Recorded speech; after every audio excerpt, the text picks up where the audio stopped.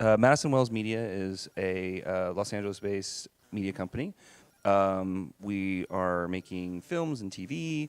We have live shows that we're doing, like Broadway musical type shows. And we're also exploring the immersive category, which is what I run. And it involves virtual reality and augmented reality entertainment. And then can you talk about the process of picking, the properties, like films and live events, and what that and how you decide what kind of VR experience would be best to go with those? Sure.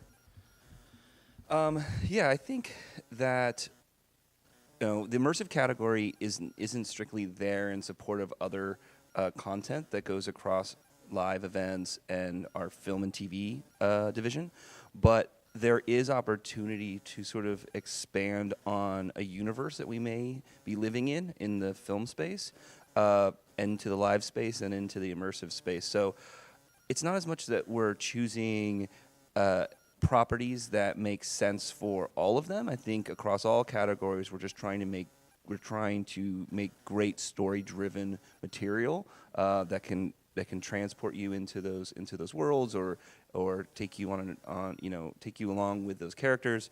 But when there's opportunity, our different categories can work together to build a more immersive experience in VR that can bring you deeper into a movie that we're producing. But I wouldn't say that we sort of are doing that exclusively.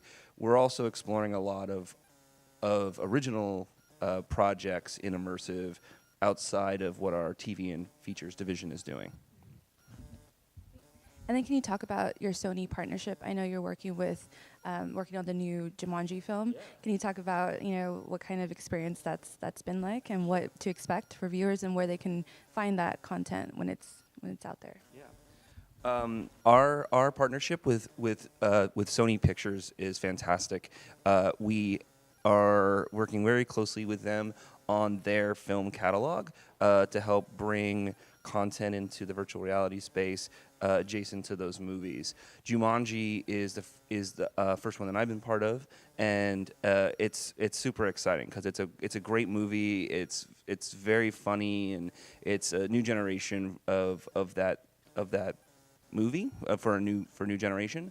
And so the way we approached the VR was very similar in that there's humor and adventure that's in that experience, and we kind of have a unique way that it was going to first come into the market, in that it's going to come out into like location-based malls and theaters. So actually the first place where most people will be able to see it will be at their theater, maybe before they go see the movie, or at a mall. And we were working with a group called VRX, who was going to help us bring that out to a lot more people. I mean, part of the challenge in the virtual reality space right now is a lot of times people have to come to events and festivals like this to even see it at all. Accessing it can be very difficult. So we've been working very hard with Sony and VRX as partners to try to get content out to more people.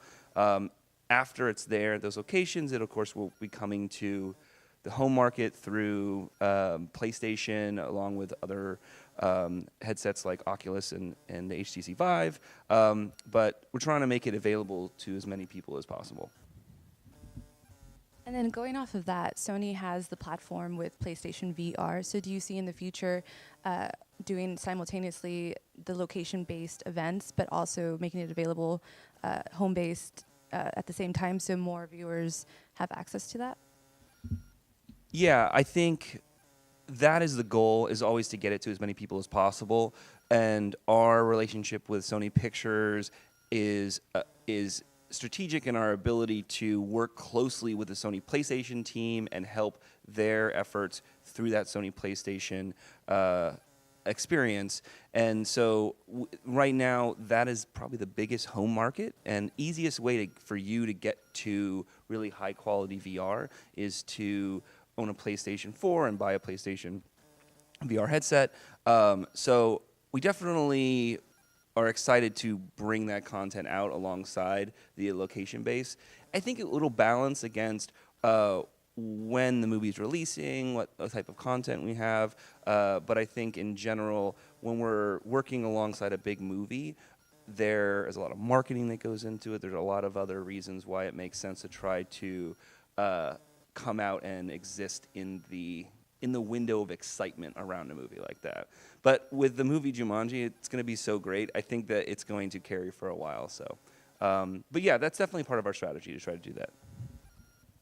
And then can you talk about other projects you're working on, anything exciting, and what you think the future of VR is in these different mediums? Yeah. I think one of the other big projects we're really excited about is one we're doing with Jon Favreau and a developer called Weaver, called Gnomes and Goblins, and it's an original story that Jon Favreau has created, and it's a totally immersive, interactive world. And I think that although attached films properties to VR can be a lot of fun and can bring you deeper into that world, there's something special about creating something from the ground up for VR as a medium, something where the way the story is told, how you interact with characters is its core DNA is built in what VR does well. And that's a project we've been working on for quite a while, and we still have another year maybe until it's complete.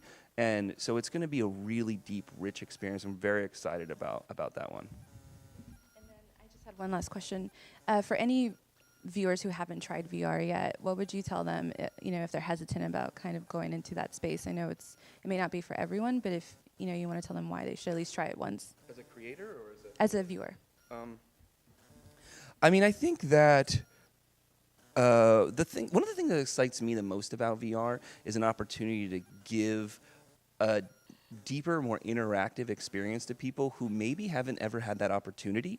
So I think I'm a big fan of video games, and I think that video games can be a bit challenging to access for people. Like, we go see movies, we can sit in a theater, just sort of receive a movie. You don't have to have any you don't have to have any skills going into how you watch a movie. Maybe some intellectual skills, depending on how artsy your movie is. But I think what's exciting about VR is that it gives an opportunity to a viewer to have a more rich interactive experience that they don't need to know very much to do that. They don't need to know how to use a game controller. They don't need to learn how to operate a computer. They can literally put on a headset and just be the person they want to be in that experience and have something deeper, more interactive, with more agency than they would in a traditional film. So I think that everyone should be trying this now. And I think what's exciting for me is those larger groups who maybe haven't accessed it yet or aren't participating in interactive entertainment, who I think will be inspired when they have an opportunity to see it for the first time.